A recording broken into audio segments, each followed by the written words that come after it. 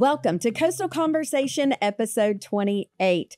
Thank you for listening today. As always, we remember Colossians 4:6 that says, "Let your conversations be always full of grace, seasoned with salt, so that you may know how to answer everyone." That is our goal today. Well, today's guest is Daphne Mayor Robin Lejeune. Mayor Lejeune was officially sworn into office in November of 2020 after serving on the Daphne City Council. Mayor Lejeune served District 6 and held the council president seat during his term. In addition to leading many boards and committees, including the Daphne Utilities Board, he is also credited as the founding member of the Daphne Optimist Club. Mayor Lejeune and his wife, Christina, have 3 children, Alexis, who is married, Liberty, and Xander. Thank you for sharing this time with us. I know you're going to be encouraged by my conversation with our mayor of Daphne, Mayor Robin Lejeune. So thank you for being here today. Thank you. Thank you for sharing your time. Yeah. I know you're a busy person, a busy leader in our community. So thank you for sharing your time with us. I know I see you around town all the time. You're just so generous with all the citizens of Daphne all the time. So, well, thank you. Thanks for being here. Now, we are in a series here at Coastal Church entitled Decisions 2024. And last Sunday, our pastor, Pastor Chad, introduced this series, not necessarily as a political series, but a series where we really want to focus on how do we make the decisions that we make? What are some thought processes that we need to go through to make wise decisions in life, not just in politics, although we are in a political season, right. You know, a heavy national, especially political season. So I wanted to bring on some local and state leaders to kind of pick your brain a little bit for our listeners. As Americans, we can be so focused on national politics, and national politics is important. And policies that our national leaders make for us are very important and very vital. But in my view, if we don't have strong local government to help us maybe implement some of those national policies or even make local policies that affect us, we might not feel the full effects of that. And so that's why I wanted to have you on today to kind of help us see that broader picture of why local politics are just as important as sometimes national politics. So thank you for being here today. When did you become a city council official and then the mayor of Daphne? Sure. City council was 2012. And then mayor, of course, is 8 years later in 2020. And so it was people ask, how did you decide to be in local politics? Right. What encouraged you to do that? Well, and that's the key as to what you're talking about. We're so focused on the National Olympics. You work hard every day. You keep your head down. You've got your family, your kids, and then you kind of tend to see national politics as entertainment. You come home, you watch Fox News or CNN, kind of see what's going on, and then the pundits going back and forth. Yeah. And so we kind of tend to see it as entertainment because we're so busy and focused on our jobs, our families, taking the kids to baseball and football and all that stuff after school and homework and all that stuff. So by the time you're kind of relaxing or whatnot, and you're flipping the TV, okay, well, I want to catch some news. Well, it's all national news. And so it's the same with me. I had a restaurant by the bay here locally. We're working hard doing those things. And the only reason we kind of got involved is when it affects you, when government touches you. Right. And that's when you pick your head up and kind of look around and go, what's going on around here? Yes. What's happening? Because now it has affected us. And that's what happened. Decisions were being made that affected our business by the local government, And so a business group got together. We went up and down and took a petition to all business leaders, took it to the city council, and they ignored it. Didn't, want to do anything. And so people got together and wanted a representative from the business community on the council. Happened to be an election year, 2012. And so they kind of really wanted more my father than me. which is understandable. And so my dad got me together with my brother, and my brother was smart enough to say, "No way, I'm out of this." And so then he told me we were going to flip a coin, and I wasn't there for the coin toss, and I lost. So you got the short end of that stick. Was there even a coin? Yes. I could at least see the coin. And so he said, "No, you're going to run for council," and I was fortunate enough to run unopposed. Okay. The first time around, which was great because then you don't have to do anything. Got on the council, and within 6 months or so on the council, we had changed some things for the better. Now, of course, it was mainly about signage. And so we had a committee come in together, and people that were against signs, people wanted signs, businesses. So we came to a very good understanding between both, and had a good compromise and did some things, little tweaks to the sign ordinance. And so then after 6 months, you go, okay, well, I've got 3.5 years left. What do I do now? I did what I was here to do. Right.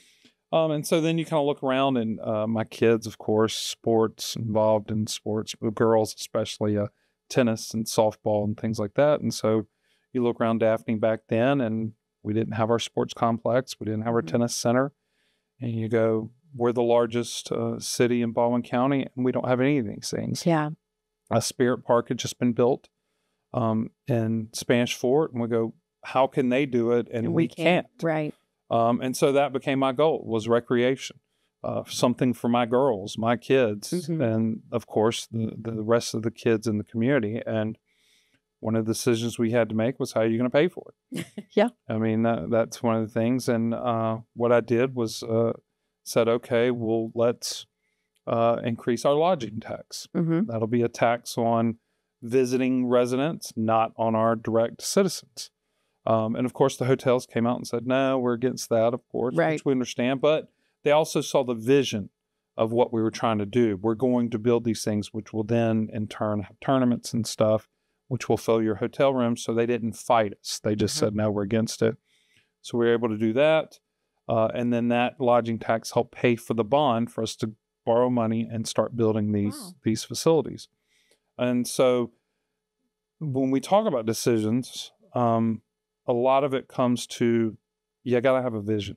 You got to have a goal, what you're striving for, to help guide what those decisions are. Because if your decisions are towards the goal, then you're sometimes going to make wrong decisions, but they're aligning with what you're striving for and what the goal is. If you're just out making decisions and you don't have any real goal or vision for what you're trying to strive for, then you're lost. Yeah. You're going to make decisions left and right, and it's going to take you off course, that type of thing. And it's going to be very difficult to get to that goal and vision. Well, you mentioned the city council and being on the city council. Many people know that cities are guided by mayors, but perhaps they don't fully understand your role as the mayor. Can you explain your role as the mayor of Daphne? And then how does that work in conjunction with the city council? Because I think that's important to understand how the process of local government works. I think we're really familiar, again, with how national government works and pretty familiar with how state maybe government works. But local government sometimes works a little bit differently. Can you share with us, like, your role as mayor? How is that in our Constitution as a city? How does that function? And how does our city council function?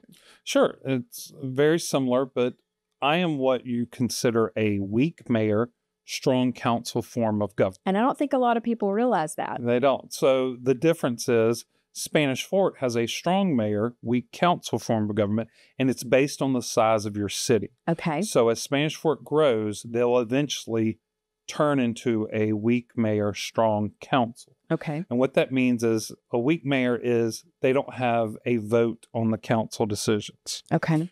Currently, Spanish Fort, the mayor does. So he's a strong mayor because he's in charge, but he also gets to make a vote. Does that make him a swing vote sometimes? Yes. Okay. That's right. Okay. And so with a weak mayor, which is the majority of the cities, like I said, it's all based on your size. So I am considered the CEO of the city. Okay. I am in charge of the day-to-day operations, in charge of all the employees. We have 340 to 350-ish employees in the city. So I'm in charge of the day-to-day operations of what's going on in the city. The council is in charge of money. So I have to ask the council for money to do anything. And then they're in charge of the laws, creating the laws, ordinances. And then I'm charged with enforcing the ordinances through the city, and then the day-to-day operations of running the city. Okay.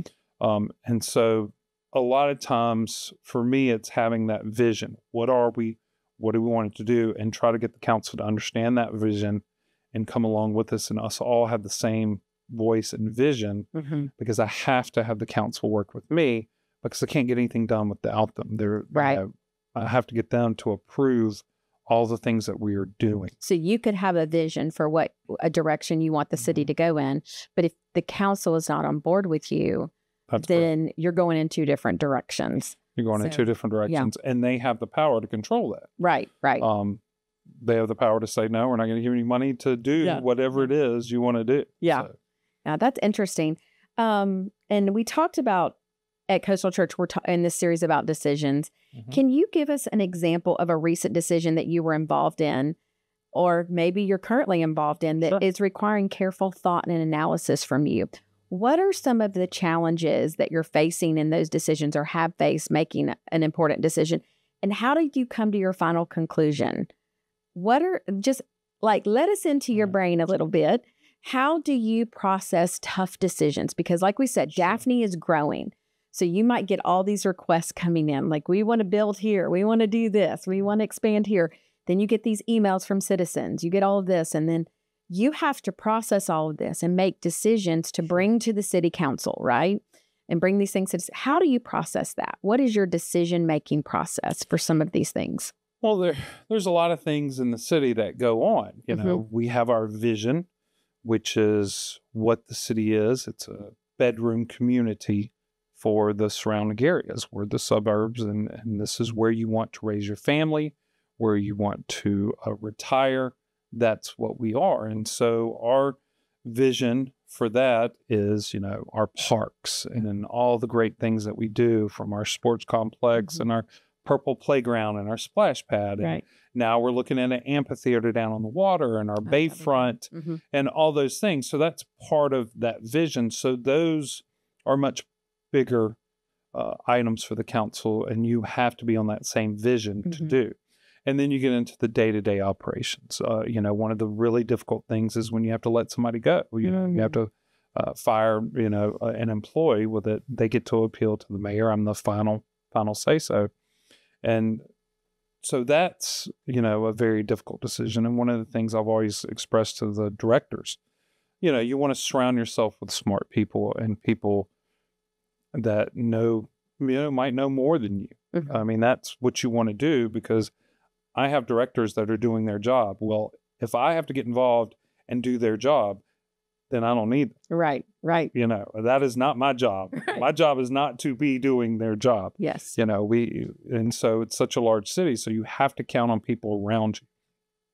But one of the things we talk about, unfortunately, letting people go, I've told the directors, is if you're going to submit someone to be let go, it better be a slam dunk for me, because I take it very seriously. Yes.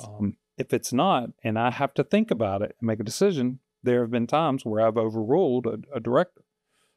It's rare. I mean, it's very, very rare. But like I said, those decisions, that if it comes to me, then I have to trust my knowledge and what I know, plus what the director's saying, plus what the employee's saying. It all coincides, especially when they're hard decisions. Like I said, not a slam dunk. And then we go to, other decisions about planning. We've got a comprehensive plan. We understand the growth of the area. And those are very difficult decisions. People don't understand is that the city of Daphne is about 75% already built out, right? Okay. So the majority of the growth is going to be county. Okay. It's not city property. It's somebody that wants to come into the city. Okay. But then we have developments that come to the city and say, hey, we want to build in the city. Well, we have much stricter regulations than, say, the county does. Okay. And so they'll go, okay, well, we don't want to do that. We're going to build in the county. okay, well, they build in the county. And everybody goes, oh, they're building in the city. Well, because your address says Daphne doesn't mean you're in the city limits. Okay, so I didn't understand that. So I didn't know that. That's interesting. Right. We get a lot of Bell Forest that have Daphne. Daphne is on the address. Yeah, Daphne 36526. That's right. That is a federal post office address. Okay. It doesn't have anything to do with the actual city limits of the city. Down here, because a lot of development's happening in Bell Forest right now. That's right. Which is Daphne. Quote. That's right. Yeah, our zip code is Daphne, so we should say that. Zip code is Daphne. Zip code is Daphne. That's right. But that doesn't mean that Daphne City Council has necessarily, or you have approved this. That's right. But in their mind, they may think that. That's right. Or I would have believed that too, because I would have thought because of my zip code. So that's really good. One of the examples is, say, the Circle K that just got. Okay. Yes. Those four corners are in the county. Okay. They're not in the city. Okay. So we don't get any tax revenue from it. We don't have any requirements from it. But if that Circle K would have came into the city, same location, but said, no, we're going to be in the city limits, our restrictions, we would have made them put in a turn lane on 64. And that's a major issue over there right now. And I do hear about it sometimes, but it's in the county. So it didn't have to go through our process and the city's process and the stricter things. And one of the things we would have done is made them put in that turn lane. It would have been one of the requirements from the city. Well, they didn't have to. And, right. So we have a fire station right down the street. Well, we have a lot of neighborhoods that are built in this area, and you have, of course, your volunteer fire, but we have a full-time fire department that's right there. And that's one of the other issues between the city and the county. Well, we have mutual aid, so we do come help, all the areas. Well, we're going to get there first. So then we go, okay, well, I'm not going to tell our fire department to let somebody's house burn or whatever and not go help. But then again, they're not in the city; they're in the county, and so it's a very difficult. Annexation is such a very difficult thing to talk about because the city can only grow in one area, which is going to be the Bell Forest area. We're surrounded on three sides: Fairhope to the south, Spanish Fort to the north, and then water. So that's the only place to grow. But we have much stricter, ordinances when it comes to growth and things like that. And then when a developer wants to come and talk to us about it, it's one of those things that the developer does try to offer that up is, hey, we won't build, if you don't want to let us build in the city, we're going to build the same thing and we're going to build it in the same spot, but it'll be in the county. And you're still going to have to deal with all the people. You're still going to have to deal with all the things because they have a Daphne zip code. So they think they're going to come and they want to be part of our sports programs and all the different things, but we're not getting any tax revenue from it as far as property tax and things like that. So it's a very, difficult decision for our planning commission and also our city council. And then you talk about personal property rights. If someone wants to sell their property and let a developer build a house on it or whatnot, why do they have to be farmers forever? Why do they have to make their children be farmers? Because we like seeing farmland and we like not seeing all the houses. You start telling them, no, you have to keep it a field. You can't sell it and make money and retire because some developer wants to buy it. There's a lot of, there's a lot of difficult things and a lot of things that the council has to make those decisions on. So I don't have a vote on that. Right. Now I get to express my opinion. Okay. But I don't have a vote when it comes to the city council annexing in or, approving a zoning or a neighborhood. So that is the difference there. That's really interesting. That's a lot. And I don't think people realize that. I bet you get a lot of emails. Yes, I do. And a lot of correspondence based on things that are county and not city. That's right. And so that's very interesting. I'm glad you explained that because now I know the difference. And then so when you have to make a decision, really yours is more, like you said, for your role, a day-to-day thing, operations. And then do you ever give advice to the city council and do you weigh that advice? Do you weigh do I let my opinion be heard on this, or do I let them kind of Oh no, I always banter have and an then opinion. give it? Okay. Unfortunately Yeah. for them. Yeah. No, I Yeah. always have a vision because in the day-to-day operations, I mean, they're coming, once a week, and then they're Mhm. busy with their jobs, where mine is a Right. full-time job. This is Right. what I deal with. I deal with everything that's going on in the city. And so I always kind of give my opinion and help guide Mhm. what we know and what's going on, as far as new ordinances or changes to the employee handbook, or say the budget. I create the budget Mhm. for the year and give it to them, and then they either approve or change whatnot. So I give them the vision for the year. So one of the things in the budget this year is we have a new splash pad we're going to build at a new park. We're buying equipment, and we're buying police vehicles, we're buying garbage trucks, Mhm. things like that. We're doing road repaving, $1 million, 1.25 in road repaving. We just did Wow. County Road 13. I mean, Mhm. all those things. And Which it's really nice. well, I'm going to tell you about that, because that follows right into what you're talking about, decisions and Mhm. causing that issue. But so I provide them with the budget of what our vision is for that year. And then they, yes, agree with it or don't, make changes what they think. So I have to sell them on that, on what we're doing.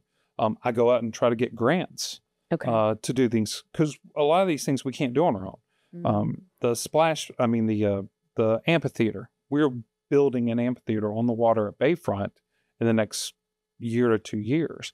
Well, it's about a $10 million amphitheater. Right. Well, we don't have $10 million just to spend on Yeah. an amphitheater. So I had to go out and get a grant. So we were able to get $7-8 million in a grant from the state Wow. to build this amphitheater. And then, so now the city, once I bring that to them, they go, oh, okay, great. You can, we can afford $2 million. We Mhm. can't afford 10. Right.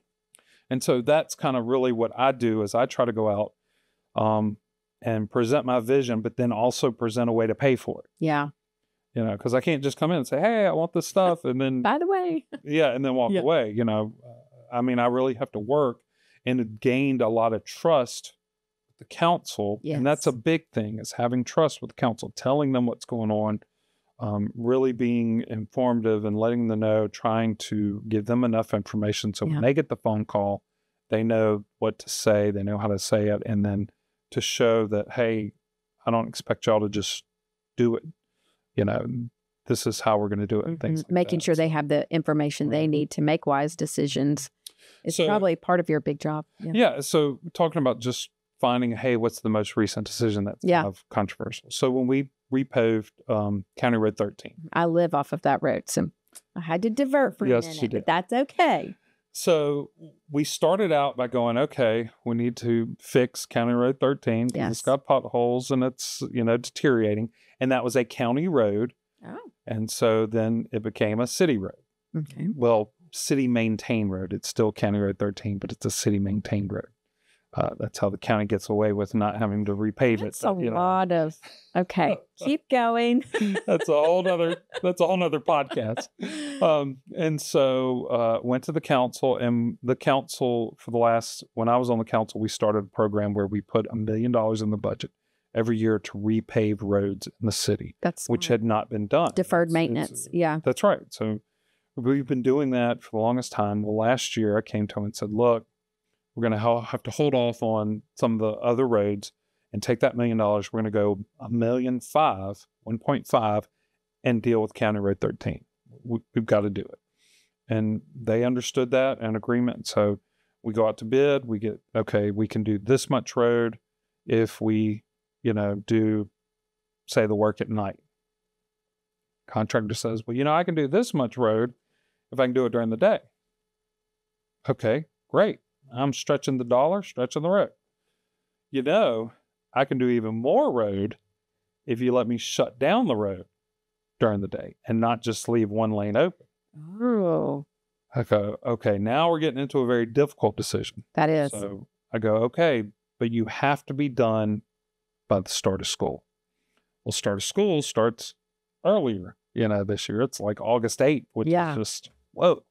And they said, yes, we can do that. We can do all the way to the roundabout at 64, do the roundabout, do that, and then all the way back, and do all the road if you let us shut it down. And the reason they had to shut it down is because some portions of the road had to be completely rebuilt, not just a simple overlay and repaving like normal roads. This road had deteriorated so much that we had to go all the way to the bottom, clear it out, and just completely rebuild the road in certain areas. Yeah. And that's why we had all the potholes. And so that was a difficult decision because I knew I was going to upset a lot of people that lived on County Road 13, upset a lot of people that travel County Road 13. But I go, okay, for the betterment of stretching the tax dollar, doing more road, getting more done for inconvenience. And a quicker amount of time. In a quicker amount of time, yes, let's do that. And so I got the calls, and a lot of people were not happy with me. It was a minor inconvenience. My biggest thing is I would get to the top of my subdivision and forget that I couldn't turn that. I would be like, oh gosh, I gotta go this way. And then, then you don't factor in 15 more minutes into your drive or something like that. Oh yeah, I got many calls saying they were late. And they were blaming you for being late. Yes, ma'am. Well, that's right. So that is a true definition of making a hard decision that I knew was going to upset people that I depend on to keep me in a job. That's a whole bigger thing of depending on people to say, yeah, we're gonna. But I appreciate how you came to the pros and cons on that. Right. The pros are, I'm really saving the taxpayers money in this process and giving them a better product for less money. It's just an inconvenience. And we do not like to be inconvenienced, do we? We do not. But I really appreciate that. That makes a lot of sense. And now that you said that, I think a lot of people are going to think twice about complaining about things. And that's the reason I doubt it. Well, no, we still have one. You're right. But that's why I wanted you on here, because we don't think about sometimes the processes that our government officials have to go through to make the decisions that they make. It wasn't just one day you woke up and thought, I'm going to make all their lives miserable on County Road 13. And I'm going to do this at the most inconvenient time, at the most And it was a hard decision. And it was something that we discussed, to talk about, the pros and cons of upsetting a large group of people. But like I said, stretching that dollar, because everything is so much expensive now. Yes. So we're very conscious of when we spend that tax dollar of, okay, how can we get... And this year, I'll just tell you from experience and just being on that road, it's so much smoother in the mornings because that turn lane's right there in front of Daphne Middle. It's a nicer, wider turn lane. We extended that. Yeah, and that was a whole thing. That's right. And we were able to do that because we had the money, because we were able to stretch it. Oh, so that wasn't in the original. No, that was not at all in the original. And, people made their own turn lane. They would just go into the pecan field. That's right. We were able to do the entrance to Sahoy that had some issues. You can see where we did, just to that point. Right. While we're doing this process, we got a call that said, hey, Sahoy's really bad. And we went through the entrance and said, yeah, we can do up to here, and part of this project. So we were able to stretch that dollar enough to where we were able to do additional things to really help.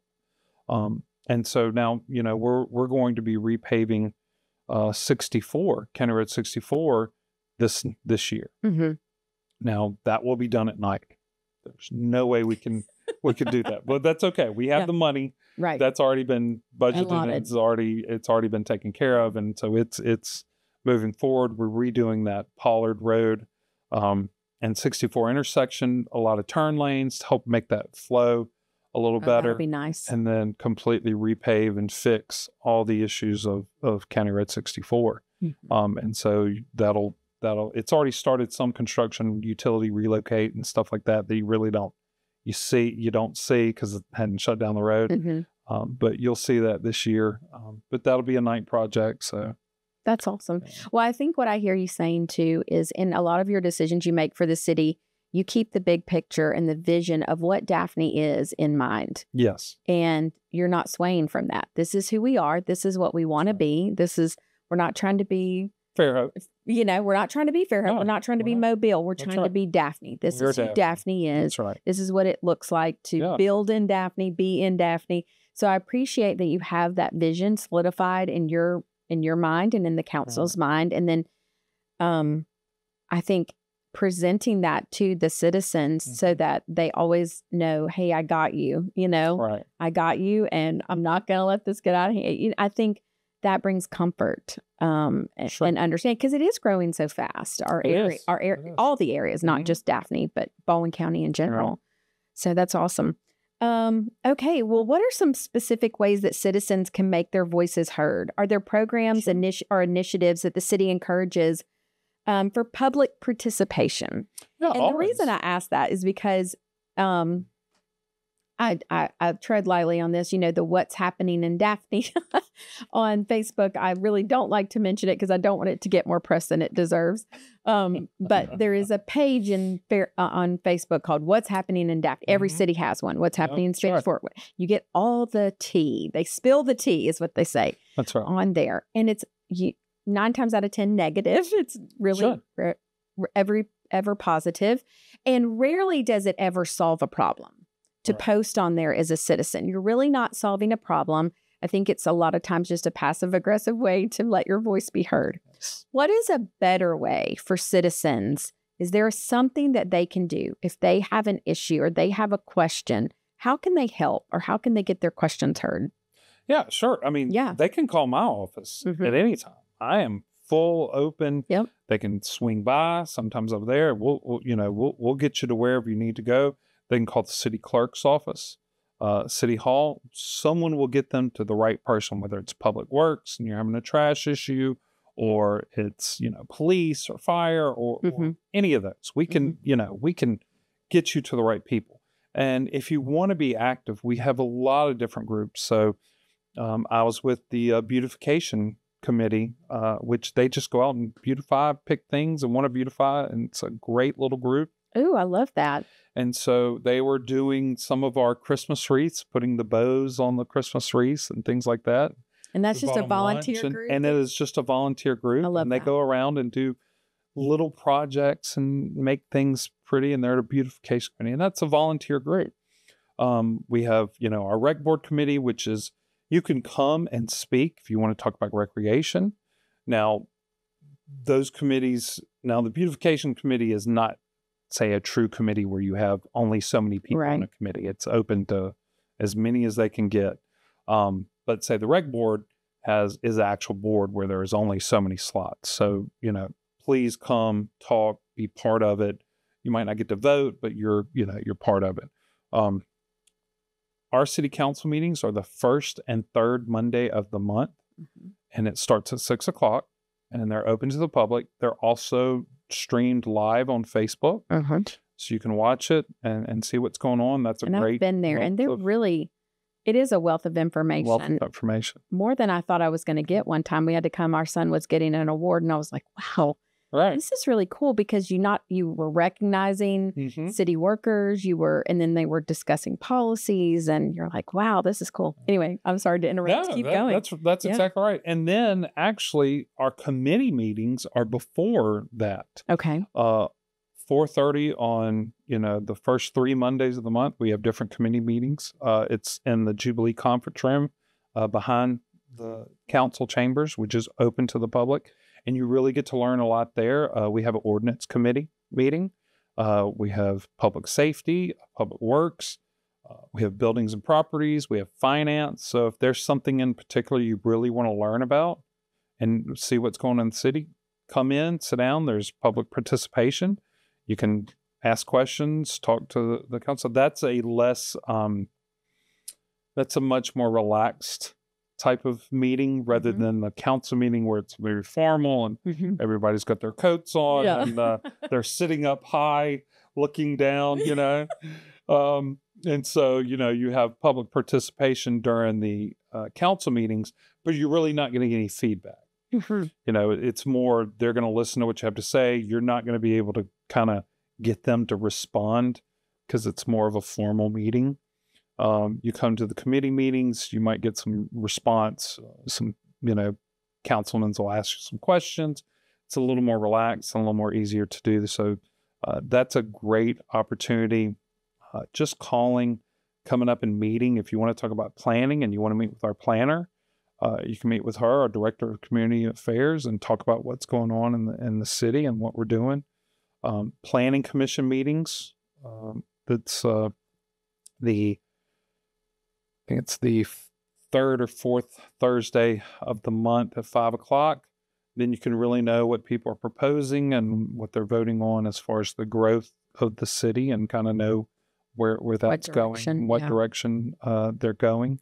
And you can go to the website, daphnehill.com, and we have a calendar that'll tell you all those things that are going on. We have so many things. Our senior center, the library is a great place. I love the library. It's just great. And all the things we're doing for kids and our sports and all those things. So you have a great opportunity. And so what you're saying to people is that our local government is not a closed door. It's an open door policy. And there's always a way that we can get involved. And if we have questions, there is a better place than Facebook to go and get those questions answered. And that is is to actually go to the people that make those decisions and ask, can you help me? And I always like to lead with the question, can you help me understand? Can you help me understand? I think that's a great way to lead a question, because many times we question things because we don't truly understand, like you explained today, county versus city. We don't understand that. We may not know that. And once we know, it's like, oh, okay, I understand better. And that helps me realize why you made this choice or why the council made this choice. So we will put the link for the city's website and all of that information in our show notes, so that if people are interested and they have questions or they just want to learn more about the Daphne local government, they can go there. Yeah, thank you. That's wonderful. And call their city councilman. Yes. You can find out, one of the unique things about Daphne is we have a truly representative city council. So our city council is broken in districts like most city councils are, but you can only vote in your district. Yep. Where Fairhope has at-large voting. Okay. And so the whole city votes on their city council all across the board, where Daphne, you have a true representative of who's going to listen to your direct needs and can work to help you with your direct needs, from Lake Forest, because Daphne's so great because we have such a diverse community. We have, Lake Forest, which is this great, wonderful middle class type of area, this large neighborhood. Together, you have, of course, the Bay side and the kind of wealthier side of town, which is on the water and the wealthy there. And then we have, the Daphmont, which is our historically Black neighborhood, which is just a wealth of history. And the Old Town is our history of. Then you have Lake Forest, and then you have Timber Creek, who thinks they're in Spanish Fort, but they're in Daphne. They're in Daphne. That's right. And so that's unique. And then, of course, historic Malbus, that's a unique area. And then, of course, you have all the new growth, which is out on 181 and out towards 64. And that's all new people moving to the area. Yeah. So they have different perspectives. And so we have such a great diversity of a city. So you need representatives that'll speak to those direct needs. And that's the great thing about Daphne. And like I said, Fairhope's a different type of way they do it. Right. Community. So not to say one's better than the other, but I do like the way Daphne does, because you have a true representative. That council person only has to worry about you. Now our council's great because they do see the entire city. But, it's great where a community can call their council person and say, hey, we have a direct need here, and talk about that. Yeah, and get their voice heard. Get their voice heard. That's right. Right. So.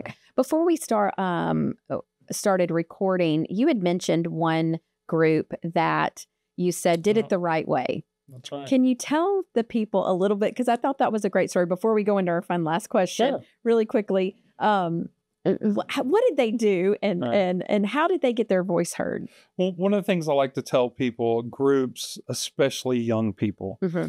who have great ideas or who are striving to do something and feel like, national politics is just such a mess. It's, and it is. It's just such a mess. Getting people to come to a decision. Yes. State is, yes, easier. It's not as hard as national, but it's still very difficult Yeah. to get that one single voice heard through the air. And I always tell people, if you want to make true change in your community, it's local, and it's local government. And you only need two things. You don't need money. You don't need access to powerful people and influence. All you need is time and effort. You need to have that ability to have time and effort to bring your vision, what you want, to the community and to the government, because we're there to listen. Now, pickleball, years ago, we're building our tennis complex there on Lot Park, and this group of a couple of people came to us and said, you got to build pickleball courts while you're building this tennis facility. And of course, we all laughed and said, no way, we're not doing some funny word, Weird. pickle, What weird. is pickleball? Right, Yeah. we've never heard of it. Oh, no, it's the fastest growing sport in the world. We don't believe you. This is, come on, give us a break. We've got other things to deal with. Right. And so we did. We laughed at them and said, no, we're not going to do that. And they came back, and they came to every meeting they could. They came to committee meetings. They came to the rec board meeting. They came to the city council meetings. They called their city councilman. They called the mayor. They just put that time and effort in after being told numerous times no. Mm-hmm. So I mean, they didn't give up. respectfully just kept. Yeah, they just kept Yeah. saying, no, you don't understand. This is something that's happening across the world, and it's happening across the country. And even though you don't see it, it's coming to this area. And so we said, okay, we give up. And figured out, we had people look into it. And a lot of times we'll say no because we don't understand, we don't know. And as you bring us more information, then we go, okay, we'll look into it. We'll investigate. We're not so closed-minded where we just say no and then forget about it.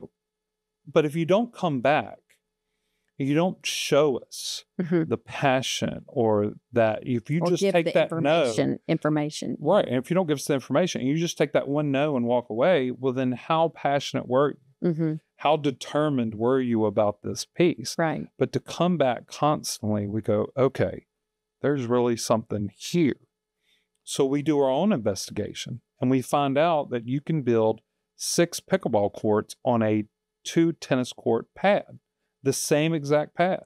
And we go, okay, well, if this doesn't work, then we'll have just 2 more tennis courts after this fails. I mean, we'll take a chance. Right. And we'll build 6 pickleball courts. But if it doesn't work, we're not really losing, because we can just convert them to tennis and it'll be fine.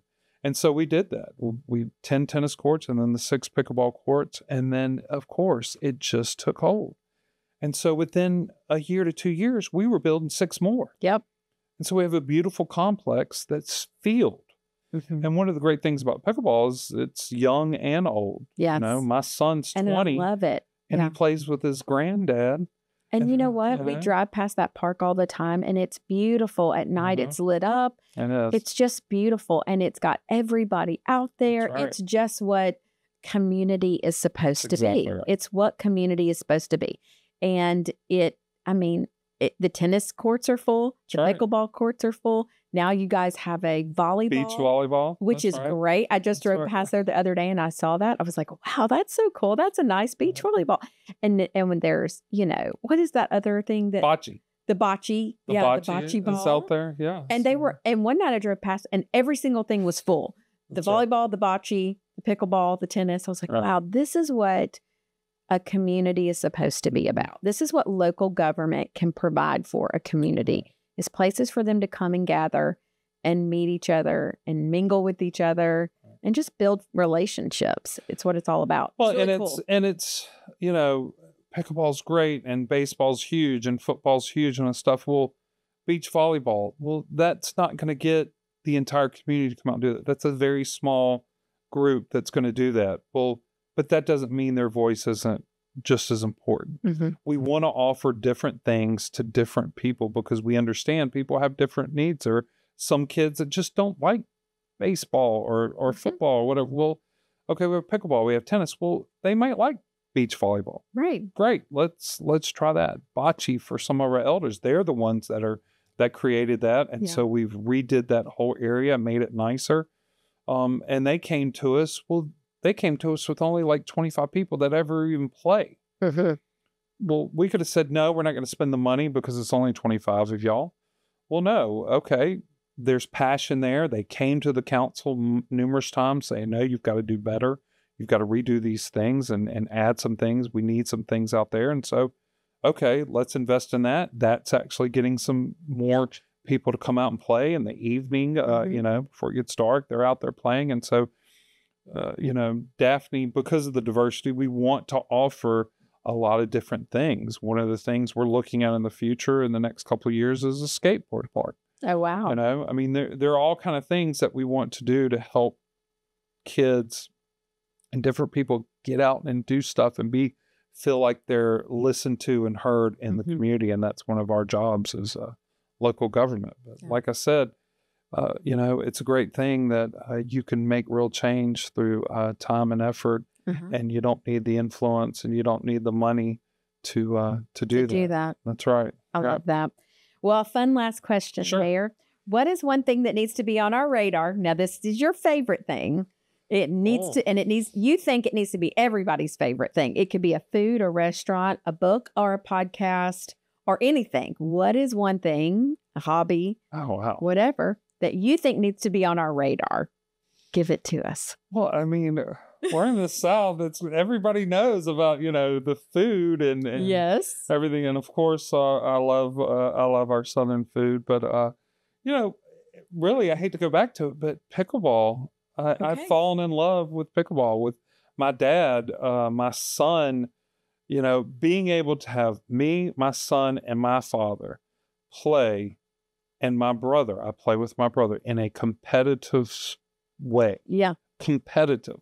We have a 20-year-old, a 40-something-year-old, and then a 70-year-old out there playing together competitively is what I think really makes pickleball the difference and why it's exploded so much. Because we have, this great group of pickleball club people that are kind of the retirees that play every morning and fill up. But then when you go out at night in the evening, it goes to a younger crowd, and you've got teenagers and college kids, and, which is so amazing. And then certain times, especially in the summer, they blend together and you have them playing together. I mean, what kind of other activities in sports that you can actively play with where you have your grandfather, your father, and your son, or grandmother, daughter and mother all playing together? It really is something I think that's special, and that's why it's kind of grown so much in the community. Being an ex-tennis player and playing that sport has just been, because you go out there and you just look around. That's what does it. It's fun, but when you look around and see these young people and these teenagers, these kids, and just families where you can have mom, dad, and 2 kids, which we see come out there and play together. I mean, how great is that? Yeah, it's a great sport. It really is. It's so much fun. So we're going to encourage everybody listening, if you do not play pickleball, go play pickleball. That's right. And you can go to the lot park and people will teach you there. Like they'll let you jump in, they'll teach you. It's not like, it's really not hard to learn. And we have a great club. We have a great community club that developed. It's called the Jubilee Pickleball Club. And you go to Facebook or whatever, and you can even, contact through probably our sports and recs can give you but they're very open to help. And like I said, they're just a community of people that play pickleball and would love to help you, learn the sport and things like that. And so that's my plug for them. So, well, thank you so much for your time today. Yes. Thank you for helping us, just pick your brain a little bit and see how it all operates and how it all goes here in the city of Daphne. We really appreciate you as an integrous leader of our community. you really do just embody what it means to be a Daphne citizen. And we really appreciate how you lead our community so well. And we just want to thank you for that. So if you have any questions or you would like to be involved in local Daphne politics, Mayor Lejeune gave you a lot of information today that you can follow up on by visiting the Daphne City website and clicking on all those links and getting to know all the committees and all the things. But I just want to encourage you, let your voice be heard. If you have a question, there are people that you can go to get those questions answered. Right. And Facebook may not always be the best place. There may be better options so that we can be good citizens, right? And that we can make wise decisions when we go to vote for our local officials.